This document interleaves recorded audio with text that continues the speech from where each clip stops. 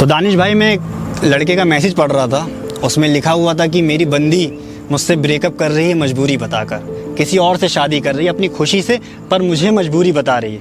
मैं अच्छे से जानता हूँ वो मजबूर नहीं है, नाटक कर रही है, बहाने बना रही है, अपनी खुशी के लिए बहाने बना रही है वो।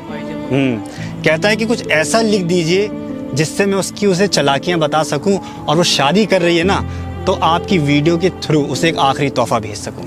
इरशाद इरशाद। इसी पे है कि दिवाली के दिए से, होली के गुलाल से हमारे इश्क को मल देती। क्या कहने दिवाली के दिए से, होली के गुलाल से हमारे इश्क को मल देती। हर इश्क की कहानी में लड़कियां ही बेवफा निकलती हैं, कम से कम तुम तो वफा करके ये इतिहास बदल देती। क्या कह रहे भाई। तुम्हारी हाँ में हाँ होती थी हमारी, तुम्हारे सारे नखरे सराखों पे रखते थे।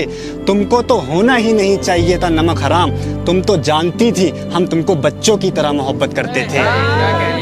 मेरी वफा का ये अच्छा सिला दिया तुमने, हंसते खेलते जानी को रुला दिया तुमने। मरते दम तक याद आती रहोगी तुम मुझे, इतना मुझे अपने इश्क में गिरा दिया तुमने। क्या कहने भाई। तुम जिसको चाहो वो मरते दम तक तुम्हारे साथ चले। मेरी दुआ है तुमको सब हासिल हो, बस कोई तुमको तुम्हारी तरह ना मिले। क्या कहने भाई। बहुत खूब भाई। क्या कहने भाई। बहुत शुक्रिया, जिंदाबाद भाई। बहुत शुक्रिया, बहुत शुक्रिया। बहुत ही उम्दा। तो दानिश भाई, एक स्टोरी पढ़ रहा था मैं, उसमें लिखा हुआ था कि 6 साल तक हम एक दूसरे से बेपनाह मोहब्बत करते रहे, एक दूसरे के लिए जीते मरते रहे। फिर अचानक यूँ हुआ, वो आई और बोली हमारी शादी कहीं और तय हो गई। मुझे माफ़ कर दो, मैं तुम्हारे लिए अपने घर वालों को मना नहीं सकी।